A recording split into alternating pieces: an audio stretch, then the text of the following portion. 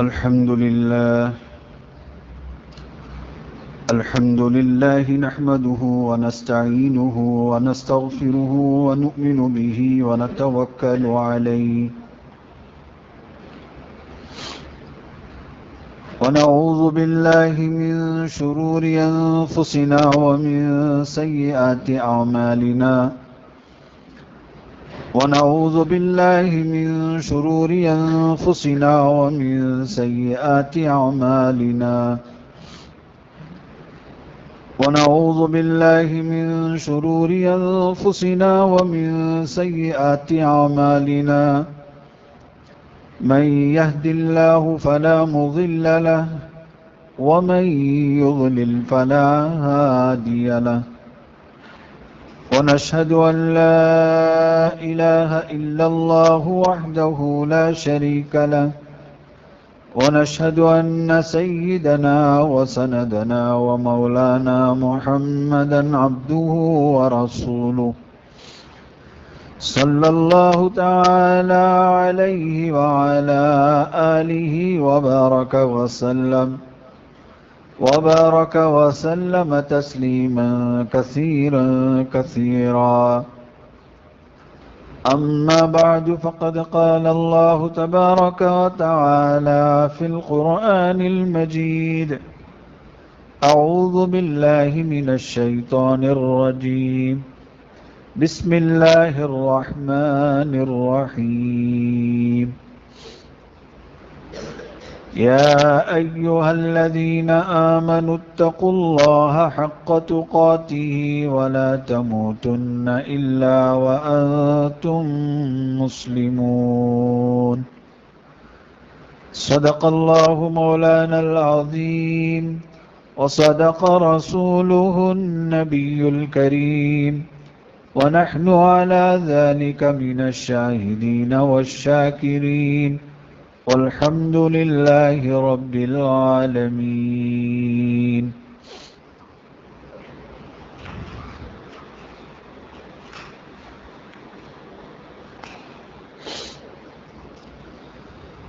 بزرگان محترم،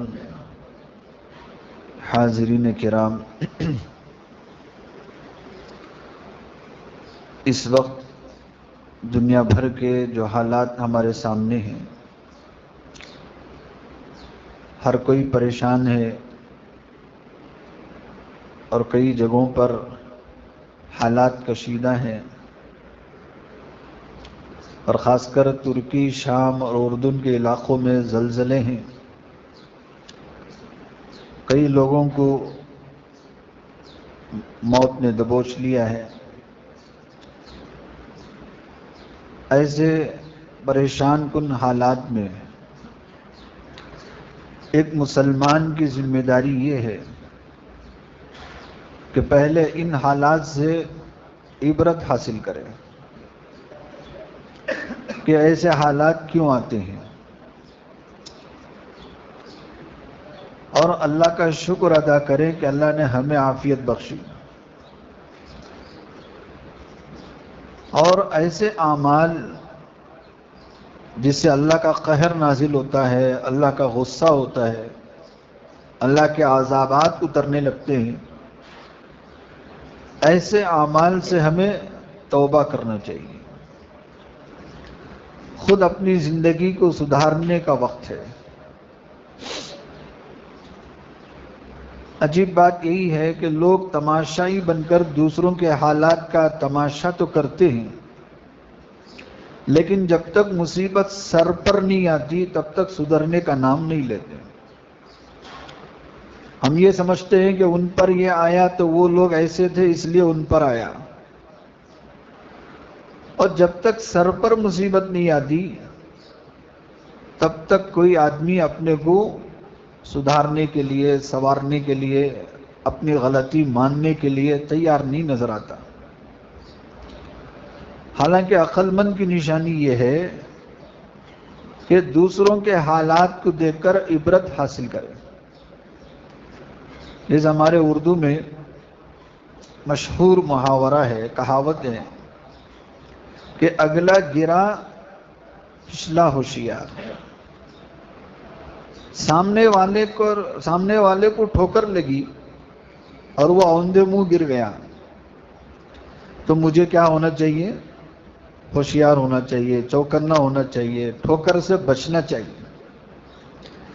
یہ نہیں کہ وہ بیوقوف تھا اس لیے گر گیا، میں کیوں اس سے عبرت پکڑوں، میں بھی آسمان کی طرف دیکھ کر جاؤں، نیچے نہ دیکھوں، تو قریب ہے کہ میں بھی اوندھے منہ گروں گا۔ تو دنیا کے اس وقت کے جو حالات ہیں، اس وقت ہم سب کی یہ ذمہ داری ہے کہ ہم ان سے عبرت حاصل کریں، ان کے حق میں دعائیں کریں، اور جہاں تک ہماری بساط ہے، طاقت ہے، ہم جو ان کے لیے تعاون کر سکتے ہیں وہ تعاون کریں۔ اگر تعاون نہیں کر سکتے تو کم از کم دعائیں کر سکتے ہیں۔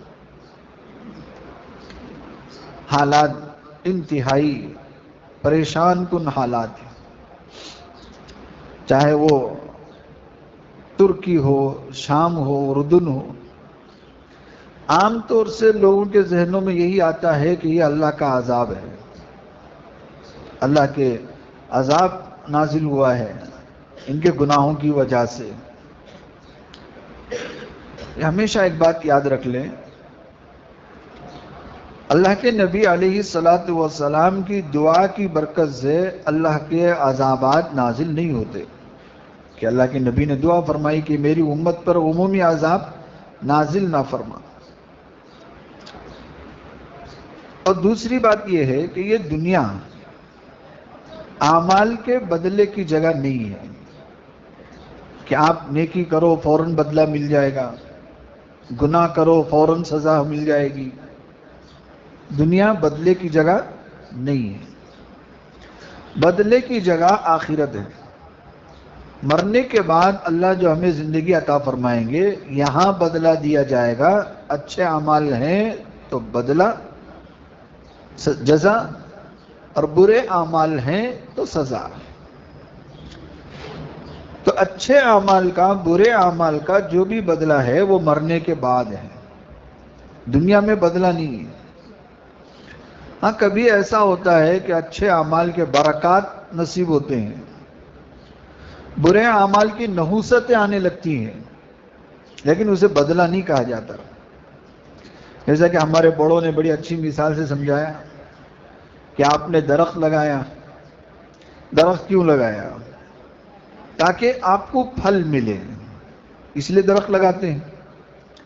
تو درخت لگانے کا مقصد ہے پھل حاصل کرنا، تو یہ پھل ہے اصل بدلہ۔ لیکن آپ کو دنیا میں پھل ملنے سے پہلے دوسرے فائدے بھی آپ کو درخت سے ملتے ہیں، سایہ ملتا ہے، ٹھنڈی ہوائیں ملتی ہیں۔ یہ بدلہ نہیں ہے، بدلہ تو پھل ہے۔ بالکل اسی طریقے سے نیک اعمال کا بدلہ تو اللہ پاک مرنے کے بعد عطا کریں گے، اور یہ جو سایہ ہے، ٹھنڈی ہوائیں ہیں، وہ تو ملیں گے ہی دنیا میں، اسے برکات کہتے ہیں۔ اسی طرح گناہوں کا بدلہ بھی مرنے کے بعد ہی ملے گا، البتہ دنیا میں تھوڑے بہت ان گناہوں کے اثرات ہمیں حاصل ہوتے ہیں، لیکن اسے بدلہ نہیں کہا جاتا، بدلہ تو مرنے کے بعد ہے۔ اللہ نے قیامت کے دن کو بدلے کا دن کہا۔ سورہ فاتحہ میں ہم پڑھتے ہیں مالکی یوم الدین، وہ روز جزا کا مالک ہے، بادشاہ ہے۔ روز جزا کا مطلب کیا؟ بدلے کا دن۔ بدلہ تو صرف وہاں ملے گا، دنیا میں نہیں۔ دنیا میں کیا ہے؟ فرمایا دنیا میں اللہ کی طرف سے آزمائشیں ہوں گی، یہ آزمائش کی جگہ ہے، بدلے کی جگہ نہیں۔ اور آخرت بدلے کی جگہ ہے، آزمائش کی جگہ نہیں ہے۔ مرنے کے بعد کوئی آزمائش، کوئی امتحان نہیں ہوگا، وہاں صرف بدلہ ملے گا۔ اور دنیا میں بدلہ نہیں ہے، آزمائشیں ہیں۔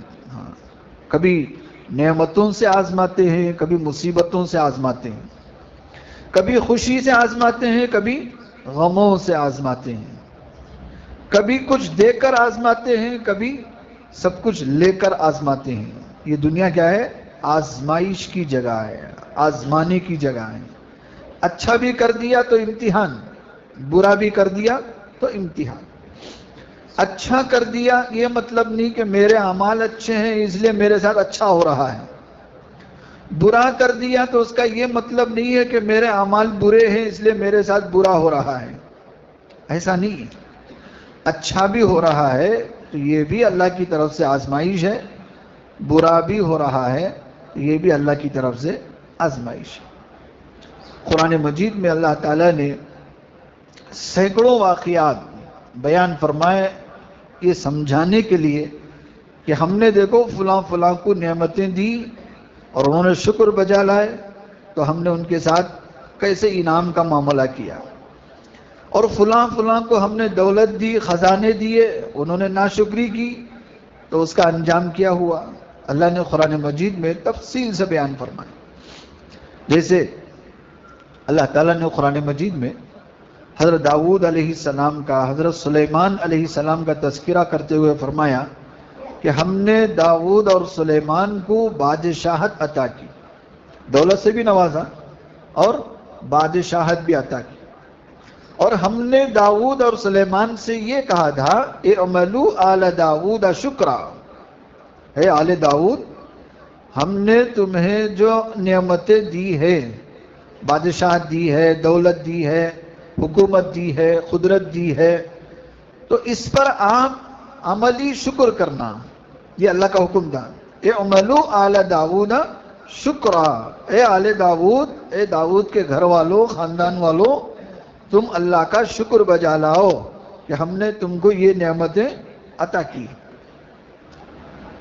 تو چنانچہ حضرت داؤد علیہ السلام نے، سلیمان علیہ السلام نے اللہ کا شکر ادا کیا اور اس حکومت کو، دولت کو، اس طاقت کو اللہ کی نعمت اور اللہ کا فضل سمجھا۔ خود سلیمان علیہ السلام نے کہا تھا ھذا من فضل ربی، یہ میرے رب کا فضل ہے، میرے رب کا کرم ہے، تو شکر ادا کیا تو وہ کامیاب ہو گئے۔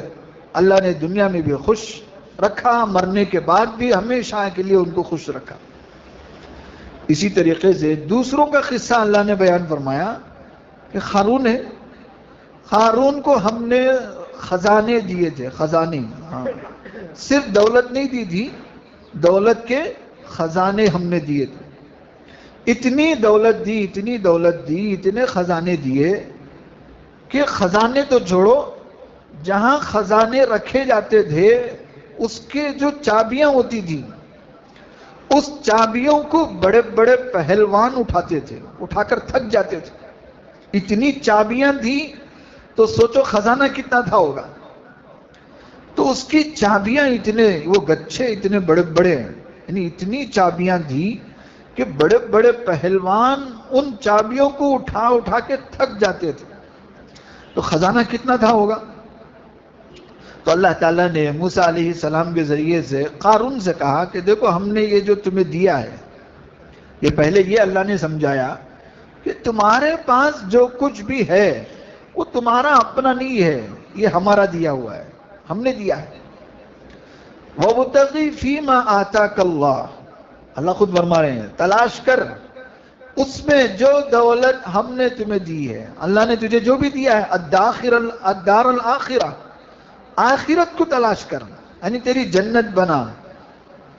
یہ جو ہم نے تمہیں دنیا میں دیا ہے صرف دنیا میں کھا کے ختم کرنے کے لیے نہیں دیا ہے، آخرت بنانے کے لیے دیا ہے۔ تو اللہ نے قارون سے فرمایا کہ مال و دولت کو یہ اس میں اپنی جنت بنا۔ کیسے جنت بنا؟ اللہ نے خود آگے بتایا کہ غریبوں پہ خرچ کر، یتیموں پہ خرچ کر، بیواؤں پہ خرچ کر، احسن کما احسن اللہ الیک، جیسا اللہ نے تیرے اوپر احسان کیا ہے دولت دے کے، خزانے دے کے، تو لوگوں پر احسان کر۔ تو اس قارون نے کیا کہا؟ کہا انما اوتیتہ علی علم عندی، اس نے کیا کہا؟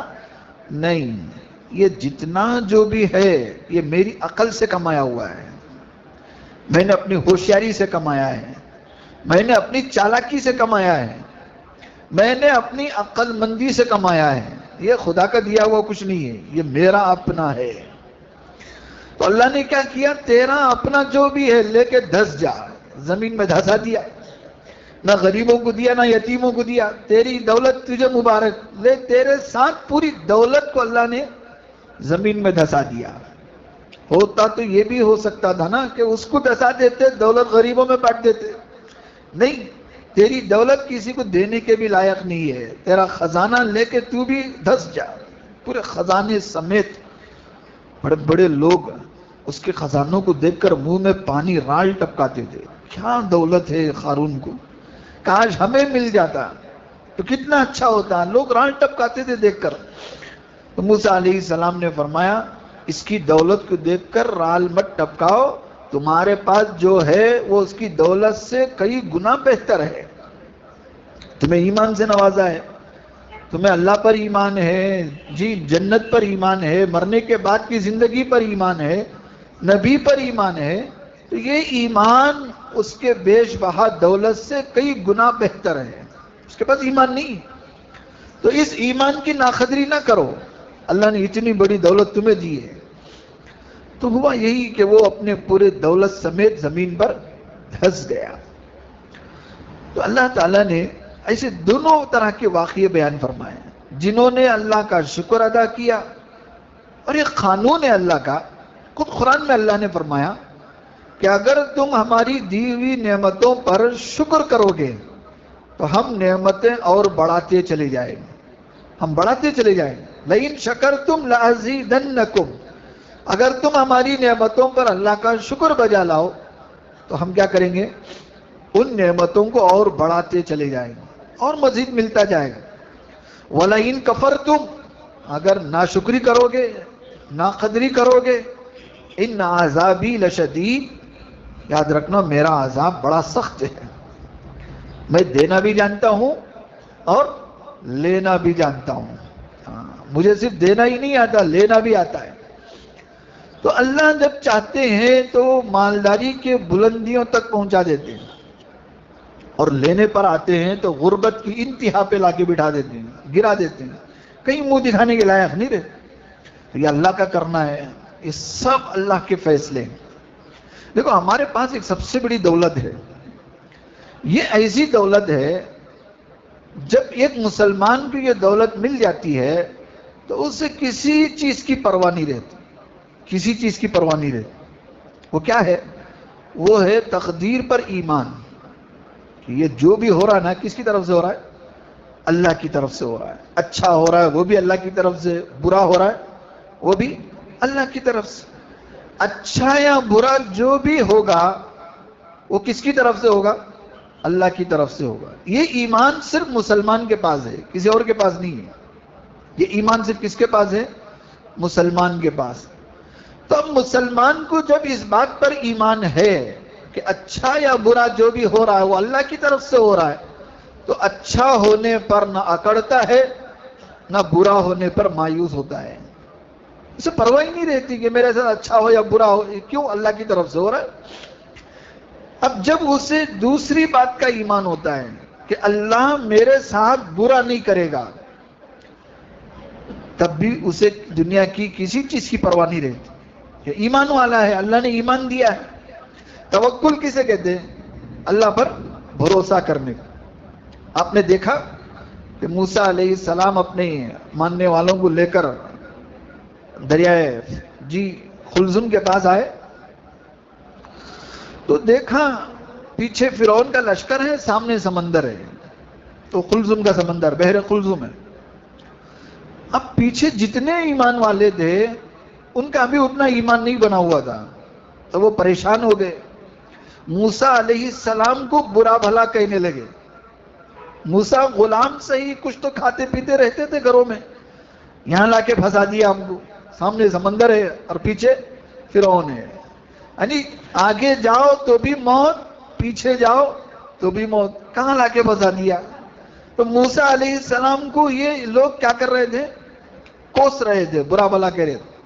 اور موسیٰ علیہ السلام کہہ رہے ان معی ربی، میرے ساتھ میرا رب ہے، میرے ساتھ میرا رب ہے، یعنی وہ میرے ساتھ برا نہیں کرے گا. اس لیے کہ اسی کا حکم ہے، اسی نے حکم دیا تھا کہ موسیٰ راتوں رات بنی اسرائیل کو لے کر نکل جاؤ. ہم نے نکل گئے, مصر چھوڑ دی ہم نے. کس کے حکم سے؟ اللہ کے حکم سے. جب ایک اللہ کا حکم پورا ہو رہا ہے تو شکلیں بری نظر آ رہی ہیں, انجام برا نہیں ہوگا. انجام کیا ہوگا؟ اچھا ہوگا. یہ ہے توکل. سامنے جو شکلیں نظر آ رہی ہیں, نظر کیا آ رہا ہے؟ سامنے بھی موت, پیچھے بھی موت. نظر تو یہی آ رہا ہے. کلیجہ منہ کو آ رہا ہے, گھبرا رہے, دل گھبرا رہا ہے, دل دھڑک رہا ہے. ارے بھائی, ادھر بھی جائے تو موت, ادھر بھی جائیں تو موت, دونوں چاروں طرف موت ہی موت نظر آ رہی ہے. اب ہوگا کیا؟ تو یہاں جو ایمان والا ہے, جس کو اللہ کی ذات پر ایمان ہے, وہ تو مطمئن رہے گا کہ میرے ساتھ میرا خدا برا نہیں کرے گا. تو ہوا یہی کہ اللہ نے موسیٰ علیہ السلام کو حکم دیا, موسیٰ سمندر پہ اپنی لاٹھی مارو نا. تو انہوں نے لاٹھی ماری تو 12 قبیلوں کے لیے 12 راستے کھل گئے. 12 قبیلے تھے بنی اسرائیل کے, تو 12 قبیلوں کے لیے 12 راستے کھل گئے. یہاں تک کہنے والوں نے کہہ دیا کہ ان راستوں میں کھڑکیاں بھی تھی. تم دیکھ لو رشتہ داروں کو آپس میں, سب خیریت سے پہنچ رہے ہیں کہ نہیں پہنچ رہے ہیں, دیکھ لو. تو اللہ, ایک راستہ کافی تھا. مصیبت کے وقت ایک راستہ مل گیا تو بس ہے نہیں, کوئی سرنگ مل گیا تو بس ہے بچ کے نکلنے کے لیے. لیکن اللہ نے اس مصیبت میں بھی راحت کا سامان, لڑو نہیں, تم 12 قبیلے والے 12 راستوں سے, اپنے اپنے راستوں سے نکلو. تو مصیبت میں بھی اللہ جب راستے بناتے ہیں تو راحت کے ساتھ بناتے ہیں, کوئی پریشانی نہیں. تو نکل گئے. اب فرعون دیکھا کہ یہ سمندر جو ہے دیوار بن کے کھڑا ہوا ہے, یہ دیوار بن گیا ہے سمندر. اب پانی پانی نہیں ہے, پانی کیا ہو گیا ہے؟ دیوار ہو گیا ہے. تو اپنے لوگوں سے کہا دیکھو یہ راستے میں نے بنائے ہیں, چلو جلدی کرو, نکلو یہاں سے. جب سارے کے سارے بیچ سمندر میں آئے تو اللہ کا حکم ہوتا ہے پانی سے کہ اب مل جا. تو وہ پانی مل جاتا ہے, ڈوبنے لگتا ہے فرعون. اب فرعون جب ڈوبنے لگا, پانی حلق کے اوپر آنے لگا, تو اب پکارنے لگا, اے موسیٰ کے رب, تو ہی سچا رب ہے, میں جھوٹا رب ہوں. میں جو کہہ رہا تھا نا میں نے بنائے راستے, یہ سب جھوٹ ہے, میں مانتا ہوں, تو مجھے اب بچا لے. اللہ نے فرمایا اب ایمان لانے سے کوئی فائدہ نہیں. جب موت کی شکلیں, جب نزا کی حالت طاری ہوتی ہے, اس وقت ہر کافر توبہ کرتا ہے, اور اس وقت کی توبہ اللہ کے یہاں قبول نہیں ہے. اس وقت کی توبہ اللہ کے یہاں قبول.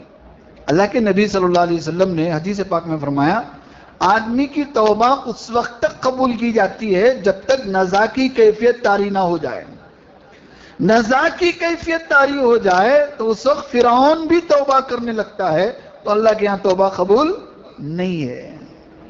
یہاں بیٹھے ہو توبہ کرو ابھی. یہ نہیں کہ موت کا فرشتہ نظر آیا, مجھے نزا کی حالت طاری ہوئی, اللہ توبہ توبہ کرے. اب تمہاری توبہ کی کوئی ضرورت نہیں ہے. توبہ ہے موت سے پہلے, موت سے پہلے, نزا کی کیفیت طاری ہونے سے پہلے. نزا کی حالت ہونے کے بعد تم کیا, تمہارا باپ بھی توبہ کرے گا, اور اس وقت توبہ کا کوئی فائدہ نہیں. توبہ کب تک ہے؟ جب تک نزا کی کیفیت طاری نہ ہو جائے. اس لیے اللہ پاک نے قرآن مجید میں حکم فرمایا, توبو الی اللہ توبۃ نصوحا, سچی پکی توبہ کر لو اللہ کے یہاں, وہ ہمیشہ تمہارے لیے رحمت کے دروازے کھولے بیٹھا ہوا ہے. کوئی بندہ آ جائے معافی مانگ لے, ہم معاف کر دیں. اللہ کی رحمت کے آگے کوئی گناہ نہیں رہتا. جب اللہ معاف کرنے پر آتے ہیں سب کو معاف کر دیتے. یہ تو اس کا اپنا قانون ہے کہ اس نے اعلان کر دیا کہ میں شرک کو معاف نہیں کروں گا, کفر کو معاف نہیں کروں گا. اس کے علاوہ جتنے بھی گناہ ہیں اگر بندہ سچی پکی توبہ کر لے تو اللہ معاف کر دیتے ہیں. رحمت, ہاں, رحمت کے آگے کوئی گناہ نہیں رہتا. ہاں, اللہ پاک قیامت کے دن اپنی رحمت اتنی برسائیں گے, ابلیس کو بھی امید ہونے لگے گی کہ شاید اللہ اتنا معاف کر رہا ہے, شاید مجھے بھی معاف کر دے گا. اسے تو معاف نہیں کریں گے جی, وہ تو تکبر کیا اس نے, اللہ کے ساتھ چیلنج کیا ہے. اللہ پاک ابلیس کو معاف نہیں کریں گے, لیکن وہاں کی رحمت دیکھ کر اسے بھی یہ لالچ, یہ طمع, یہ امید آ جائے گی کہ اللہ اتنا معاف کر رہا ہے, بڑے بڑے ڈاکوؤں کو معاف کر رہا ہے, بڑے بڑے شرابیوں کو معاف کر رہا ہے, بڑے بڑے ایسے گنہگاروں کو معاف کر رہا ہے, ہو سکتا ہے مجھے بھی معاف کر دے. اسے تو معافی نہیں ہوگی. صرف مایوسی ہے تو ابلیس کو ہے. ایمان والے کے یہاں مایوسی نہیں ہے. اللہ نے صاف اعلان فرمایا قل لعبادی عبادی الذین اسرفوا علی انفسہم، میرے جو مومن بندے ہیں جنہوں نے گناہ کر لیے ہیں انجانے میں، معلوم نہیں تھا گناہ کر لیے ہیں، تو فرمایا لا تقنطوا من رحمت اللہ، وہ اللہ کی رحمت سے مایوس نہ ہو، وہ اللہ معاف کرنے والا بڑا غفور الرحیم ہے. لیکن شرط یہ ہے کہ بندہ گناہوں سے واقعی توبہ کرے، توبہ کو مذاق نہ بنائے. یہ نہیں کہ بھئی گناہ کر لے حضرت بول لے اللہ غفور الرحیم ہے، اللہ معاف کرتا ہے، گناہ کرتے جاؤ توبہ کرتے جاؤ. یہ توبہ کا مذاق نہیں ہونا چاہیے، توبہ توبہ ہونی چاہیے. توبہ کا مطلب کیا ہے؟ توبہ کا مطلب ہے رجوع کرنا، لوٹنا. آدمی گناہ کے راستے پر تھا، وہاں سے یو ٹرن لے لیا، اب مجھے گناہ نہیں کرنا ہے، نیکی کے راستے میں آنا ہے. تو یو ٹرن کا مطلب کیا ہے؟ مجھے اس راستے پر نہیں جانا ہے، مجھے اب نیک راستے پر آنا ہے. اس کا مطلب یہ ہوا کہ بندہ جو توبہ کر رہا ہے وہ یہ بتانا چاہ رہا ہے کہ مجھے دوبارہ گناہ میں نہیں جانا ہے، میں نے یو ٹرن لے لیا ہے، اب نیکی والے راستے میں آ گیا ہے. اب وہ یہاں سے یو ٹرن نہیں لے سکتا، نیکی کے راستے سے یو ٹرن لے گا تو یہ توبہ نہیں ہوگا، توبہ کا مذاق ہوگا. اس لیے گناہوں سے یو ٹرن کر لو، یہ سچی پکی توبہ ہے. نیکیوں سے یو ٹرن کر لو تو یہ توبہ کا مذاق ہے. ہاں ہم نے مذاق کر لیا ہے، اللہ کا قہر آئے گا. تو بہرحال اس وقت ہمارے یہاں دنیا بھر میں جو حالات ہم دیکھ رہے ہیں، ترکی ہے، شام ہے، اردن ہے، اطراف کے علاقوں میں جو زلزلے آ رہے ہیں، یہ مت سمجھنا کہ یہ وہاں آ رہے ہیں، اللہ چاہے تو یہاں بھی آ سکتے ہیں، یہاں بھی آ سکتے ہیں. ہاں تو اس مسلمان کا کام کیا ہے؟ مسلمان ان کے حق میں برا بھلا کہنے کے بجائے، ان کو کوسنے کے بجائے، اور یہ کہنے کے بجائے کہ یہ گناہوں کا انجام ہے، یہ نافرمانیوں کا انجام ہے، ہمیں کوئی حق نہیں ہے کسی کے بارے میں یہ بولنے کا کہ بھئی یہ اللہ کا عذاب ہے، گناہوں کی وجہ سے ایسا ہو رہا ہے. ہمیں ایسا کوئی بولنے کا حق نہیں ہے. ہمارا کام کیا ہے؟ ہمارا کام یہ ہے کہ ایسے حالات دیکھ کر ہم عبرت حاصل کریں، ہم عبرت حاصل کریں، اپنی زندگیوں کو سنواریں، گناہوں سے اپنے آپ کو بچائیں، نیکیوں کی طرف آئیں. یہ رجب کا مہینہ چل رہا ہے، حدیث پاک میں آیا، حدیث اللہ کے یہاں رجب کا مہینہ بہت پسندیدہ مہینہ ہے. اشہر حرم میں سے ہے رجب کا مہینہ. اشہر حرم یعنی حرمت والے، عظمت والے مہینے.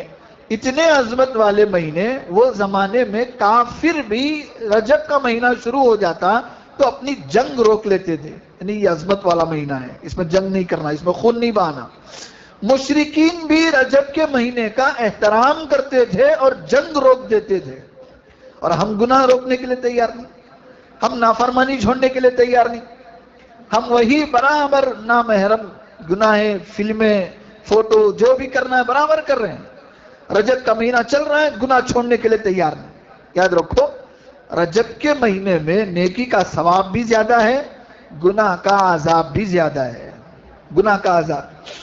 اس لیے دوسروں کو کچھ کہنے کے بجائے خود اپنے بارے میں سدھارنے کی فکر کریں، اپنی ذات کو بنانے کی فکر کریں، عبرت حاصل کریں. یہ عبرت کی جا ہے، تماشا نہیں ہے. ہم نے عبرت لینا چھوڑ دیا اور تماشا بنا لیا. اللہ کے نبی صلی اللہ علیہ وسلم نے فرمایا یہ لوگ بڑے عجیب ہیں کہ لوگ اپنے ہاتھوں سے مردوں کو دفن کرتے ہیں اور مردوں سے عبرت لینا چھوڑ دیتے ہیں، عبرت نہیں پکڑتے مردوں سے. ذرا سوچ کے دیکھو، جس کو ہم اپنے ہاتھوں سے دفن کر رہے ہیں یہ کون تھا؟ ہو سکتا ہے بادشاہ ہو سکتا ہے حاکم ہو سکتا ہے مالدار ہو سکتا ہے سب کچھ اس کے پاس تھا ہو، لیکن جا رہا ہے ہاتھوں میں اعمال کے سوا کچھ نہیں ہے. یا تو اچھے اعمال ہیں یا تو برے اعمال ہیں. اعمال ہی لے کر جائیں گے قبر میں. دولتیں ہمارے کچھ کام نہیں آئیں. دنیا کا کتنا بھی بڑا مالدار مر جائیں اور اس کے قبر میں سونے بچھا دیے جائیں، چاندی بچھا دیے جائیں، خزانے انڈیل دیے جائیں، وہ خزانے، وہ سونے چاندی اس مرنے والے کے کوئی کام کے نہیں ہیں. ارے بتاؤ کچھ کام ہوگا؟ بھئی ایک آدمی مر گیا، جیسا بعض جگہ ہم نے دیکھا ہے کہ دبئی وغیرہ میں ایک مالدار کا انتقال ہوا تو اس کے جنازے میں سونے کے سارے پلیٹ بچھا دیے گئے. کفن میں، اور خبر میں بھی اطراف سونے چاندی بھر دیے گئے، اب پھر دفن کیا گیا۔ اب ایسا تو نہیں ہوگا نا کہ خبر میں منکر نکیر آئیں گے، یہ کرامن منکر نکیر آئیں گے اور اس کا جو بھی خزانہ ہے وہ لے کے خوش ہو کے چلے جائیں گے، ایسا تو نہیں ہوگا نا کہ بھئی بڑا مالدار آیا ہے دبئی کا، اتنی دولتیں لے کر آیا ہے، اس سے کیا سوال کرنا، چلو خزانے اٹھا لو، خاموش نکلتے بنو، ایسا تو نہیں ہوگا نا۔ خزانوں سے نہ مردے کو فائدہ ہے نہ فرشتوں کو فائدہ ہے، وہ تو بیکار کے پڑے رہیں گے مٹی میں مٹی ہو کر۔ وہاں کیا کام آئے گا؟ اس مرنے والے کے اعمال ہی کام آئیں گے، اچھے ہیں یا برے ہیں اس کا بدلہ اسے ملے گا۔ تو یہ عبرت حاصل کرنا، لوگ مردوں کو اپنے ہاتھوں سے دفن کریں گے، عبرت پکڑنا چھوڑ دیں گے، عبرت حاصل کرنا چھوڑ دیں گے۔ اور اللہ کے نبی صلی اللہ علیہ وسلم نے آگے ایک اور بات فرمائی کہ اللہ نے دنیا میں ہر قسم کے لوگ رکھے ہیں، مالدار بھی ہے، غریب بھی ہے، صحت مند بھی ہے، بیمار بھی ہے۔ تو صحت مند کو چاہیے کہ وہ بیمار کو دیکھ کر عبرت حاصل کرے، اللہ کا شکر ادا کرے، اللہ نے یہ بیماری مجھے نہیں دی، قدر کرے نعمتوں کی۔ اسی طرح جوانی ہے تو بوڑھوں کو دیکھ کر قدر کریں جوانی کی، کہ میں اللہ نے مجھے یہ طاقت دی ہے، توانائی دی ہے، میں اس کو اللہ کے راستے میں لگاؤں، اللہ کی عبادت میں لگاؤں۔ تو جب تک ہم دوسروں کو دیکھ کر عبرت نہیں پکڑیں گے، ہماری زندگی نہیں بنے گی، نہ دنیا کی نہ آخرت کی۔ اسی لیے فرمایا یہ عبرت کی جا ہے، تماشا نہیں ہے۔ یہ دنیا کی زندگی عبرت کی ہے، تماشے کی نہیں۔ لیکن ہم نے کیا کیا؟ ہر چیز کو تماشا کر دیا، ہر چیز تماشا۔ اب ماشاءاللہ ہاتھ میں موبائل بھی ہے، حرم میں بھی ہوتے ہیں تو تماشا ہی ہوتا ہے۔ عبادت کون کرتا وہاں؟ حرم میں ہیں، طواف کر رہے ہیں، زبان میں ذکر ہونا چاہیے، اللہ کی یاد دھیان ہونی چاہیے، نہیں ہاتھ میں موبائل ہوتا ہے، طواف کرتے ہوئے پوری ویڈیوگرافی ہو رہی ہے، دیکھو میں طواف کر رہا ہوں، دیکھو میں حجر اسود کو ہاتھ پھیلا ہوں، دیکھو کیسے طاقت کے ساتھ اندر گھس کے حجر اسود کو چھو کے آیا ہوں، دیکھو میری پہلوانی دیکھو۔ ہر چیز ویڈیوگرافی ہو رہی ہے، سب تماشا ہے، خود بھی تماشا کر رہے ہیں اور دوسروں کو تماشا بنا کے دکھا رہے ہیں۔ وہاں عبادت ہے کہاں؟ اللہ کا دھیان ہے کہاں؟ ہر چیز۔ ہاں اگر نماز میں بھی اجازت ہوتی نا تو نماز کو بھی لوگ ویڈیو بنائیں گے، دیکھو میں رکوع کر رہا ہوں، میں سجدہ کر رہا ہوں، میں اتحیات پڑھ رہا ہوں، میں یہ پڑھ رہا ہوں، وہ پڑھ، اس کی بھی ویڈیوگرافی ہوتی۔ یہ تو اللہ کا شکر ہے کہ نماز میں فون کی اجازت نہیں ہے۔ باہر ملکوں میں تو ابھی بہت حال خراب ہے، وہاں تو ماشاءاللہ لوگ نماز میں بھی بات کرتے ہیں فون میں، نماز پڑھتے پڑھتے فون آتا ہے، فون اٹھاتے دیکھتے ہیں کس کا ہے، ہاں فلاں کا نمبر ہے، پھر فون اٹینڈ کرتے ہیں، ریسیو کرتے ہیں، پھر بولتے ہیں آنا فی الصلاۃ، میں ابھی نماز پڑھ رہا ہوں تم بعد میں کرو، بول کے رکھ دیتے ہیں۔ ایسے تماشے بھی کر رہے ہیں لوگ وہاں باہر۔ یعنی عبادت جس میں اللہ کا دھیان ہونا چاہیے، اللہ کی طرف سے جو اللہ کی طرف متوجہ ہونا چاہیے، وہ چیز یہاں نہیں ہے۔ اس لیے یہ عبرت کی جا ہے، تماشا نہیں ہے، یہ تماشے کی جگہ نہیں ہے، عبرت کی جگہ ہے۔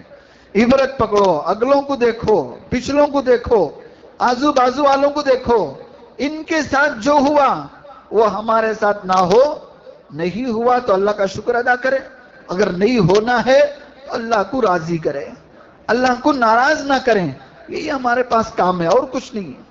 لیکن ہم یہ کام نہیں کرتے، ہم دوسری باتوں میں لگ جاتے، ان کی برائیاں کرنے لگتے ہیں اور کہتے ہیں یہ اللہ کا عذاب ہے۔ بھائی اللہ کا عذاب ہونا ہے، ایسے بھی ان کو ہونا، اللہ کا عذاب آنا، کیا نہیں کرے یہ لوگ، ہم کو کیا حق ہے یہ بولنے کا؟ ہمیں حق نہیں ہے، ہمارا کام ہے کہ ہم عبرت حاصل کریں اور اپنی زندگی سنواریں، اپنی زندگی کو سدھارنے کی کوشش کریں گے، یہ ہمارے ذمہ ہے۔ ورنہ جب موت آئے گی، خبر میں چلے جائیں گے، میدان محشر قائم ہوگا، وہاں حقیقت کھلے گی کہ ہم کس پانی میں تھے، ہم کس گھوڑے میں سوار تھے کہ گدھے میں سوار تھے، ہم معلوم ہو۔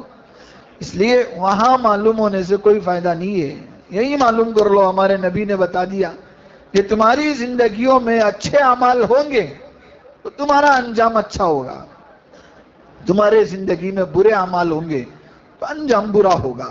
یہ فیصل ہے، قانون ہے اللہ کا۔ ہم چاہتے ہیں ہماری آخرت سنور جائے، آخرت بن جائے، تو دنیا میں اچھے اعمال کرو، کہ یہ اعمال کی جگہ ہے اور آخرت بدلے کی جگہ ہے۔ اب یہ بات سمجھ لو، آخرت میں عمل نہیں ہوگا، وہاں صرف بدلہ ہوگا. اور دنیا میں بدلہ نہیں ہے، صرف عمل ہے. عمل کرو، یہ عمل کی جگہ ہے. اللہ کو راضی کرو، نمازوں کی طرف آؤ، خدا کے گھر کی طرف آؤ، اور اپنے ہاتھوں میں خدا کے لیے خدا کا کلام لو. پڑھنا نہیں آتا تو بھی کوئی بات نہیں، ہاتھوں میں قرآن لو. بہت فون لے لیا ہاتھ میں، بہت موبائل لے لیا ہاتھ میں، اسے تھوڑی دیر کے لیے رکھو، اللہ کا کلام اپنے ہاتھوں میں لو اور اسے دیکھو کہ میں نے اس کے ساتھ کتنی ناانصافی کی ہے، کتنا ظلم کیا ہے کہ اللہ کا کلام میرے لیے نازل ہوا اور میں نے آج تک اسے ہاتھوں میں نہیں لیا، ہاتھوں میں نہیں لیا. اس لیے میرے بھائیوں، یہ سب اللہ کی طرف سے یہ حالات آتے ہیں. ہمارا ایمان ہے اللہ پر کہ جو بھی ہو رہا ہے اللہ کی طرف سے. حدیث قدسی ہے، اللہ کے نبی صلی اللہ علیہ وسلم نے فرمایا، اللہ تعالیٰ بندے سے کہتا ہے، یا عبدی، اے بندے، کنت ترید، تو کچھ چاہتا ہے، وَأَنَا أُرِيدُ، میں کچھ چاہتا ہوں. تیری ایک چاہت ہے اور میری ایک چاہت ہے، تیری ایک منشا ہے اور میری ایک منشا ہے. تو کچھ اور چاہتا ہے، میں کچھ اور چاہتا ہوں. لیکن خبردار یاد رکھنا، وَلَا يَكُونُ إِلَّا مَا أُرِيدُ، دنیا میں جو بھی ہوگا وہی ہوگا جو میں چاہتا ہوں. تو چاہتا سو نہیں ہوتا، تو کیا کہ چاہتا ہے، لیکن تو جو چاہتا ہے وہ نہیں ہوگا. وَلَا يَكُونُ إِلَّا مَا أُرِيدُ، دنیا میں تو وہی ہوگا جو میں چاہتا ہوں. کہ وہ حاکم ہے، وہ مالک ہے، وہ خالق ہے، وہ بادشاہ ہے، وہی عامر اور حاکم ہے. ہر چیز اسی کا حکم مانتی ہے، اسی کا حکم. اب اس نے زمین کو حکم دے دیا تیرا کام ہلنا ہے، تو ہلنا شروع ہو گئی. بڑی سے بڑی، مضبوط سے مضبوط، آسمان کو چھونے والی عمارتیں زمین بوس ہو گئی، فلک بوس عمارتیں زمین بوس ہو گئی، آسمان کو چھونے والی عمارتیں ڈھیر ہو گئی. یہ کھلنا ہلنے سے. جی یہ کس کے حکم پر چلتی ہے؟ اللہ کے حکم سے چلتی ہے. ابھی کسی نے تجزیہ کیا، ہم نے دیکھا اخبار میں کہ عجیب حیرت کی بات ہے، اطراف جو ملک بسے ہوئے ہیں، ترک ہے، شام ہے، اردن ہے، وہاں تو زلزلے آئے، لیکن درمیان میں جو اسرائیل ہے، یہاں کی ایک اینٹ تک نہیں گری ہے. کیا بات ہے، سمجھ میں نہیں آ رہا ہے نا. اب یعنی یہ کہنے کا مطلب کیا تھا، زلزلے تو اسرائیل میں آنا چاہیے تھا، ترکی میں کیوں آیا، شام میں کیوں آیا، اس میں کیوں آیا؟ یہ تو اللہ کی مرضی ہے. وہ جہاں کی زمین ہلانا چاہے ہلا دیتا ہے، جہاں کی اینٹ گرانا چاہے گرا دیتا ہے. ہمارے سوچنے سے، ہمارے بولنے سے تھوڑی ہوتا ہے. دنیا میں جو بھی ہوگا وہ اللہ کے چاہنے سے ہوگا، اللہ کے چاہنے سے. اس لیے جب ایک ایمان والے کو اس بات پر ایمان ہوتا ہے کہ میرے ساتھ اچھا یا برا جو بھی ہوگا وہ اللہ کے چاہنے سے ہوگا، تو اسے کوئی پریشانی نہیں ہوگی، مایوسی نہیں ہوگی، کسی بات کی پرواہ نہیں ہوگی کہ آپ جاؤ. دیکھو ابراہیم علیہ السلام نے ہاجرہ علیہ السلام کو کھلے میدان میں چھوڑ کر گئے تھے، کچھ بھی نہیں کہا. تو ہاجرہ علیہ السلام نے اتنا پوچھا تھا اشارے سے کہ یہی اللہ کا حکم ہے. تو ابراہیم علیہ السلام نے ہاں بول کے سر ہلایا تھا، ہاں یہی اللہ کا حکم ہے. تو ہاجرہ کا جواب سنو، ہاجرہ نے کیا کہا، تب تو آپ میری فکر مت کیجیے، مجھے اب کسی بات کی پرواہ نہیں ہے، اللہ کا حکم ہے. تو وہ اللہ ہمیں ضائع نہیں کرے گا، وہ اللہ ہمارا کچھ نہیں بگاڑے گا. یہ ایمان ہونا چاہیے ہر ایمان والے کو، یہ ایمان کہ جب میرا اللہ میرے ساتھ ہے، میرے ساتھ جو بھی ہوگا وہ اچھا ہی ہوگا، برا بھی ہوگا تو اللہ کی مرضی سے ہوگا. میں اللہ کی منشا سے راضی ہوں. یہ جب بندہ راضی ہوتا ہے تب خدا بندے سے راضی ہوتا ہے کہ میرا بندہ میری ہر منشا پہ راضی ہے، اچھا ہوا تب بھی راضی، برا ہوا تو بھی راضی. ایک عورت حضور پاک صلی اللہ علیہ وسلم کی خیریت پوچھنے آتی ہے، اللہ کے نبی کی خیریت کیا ہے؟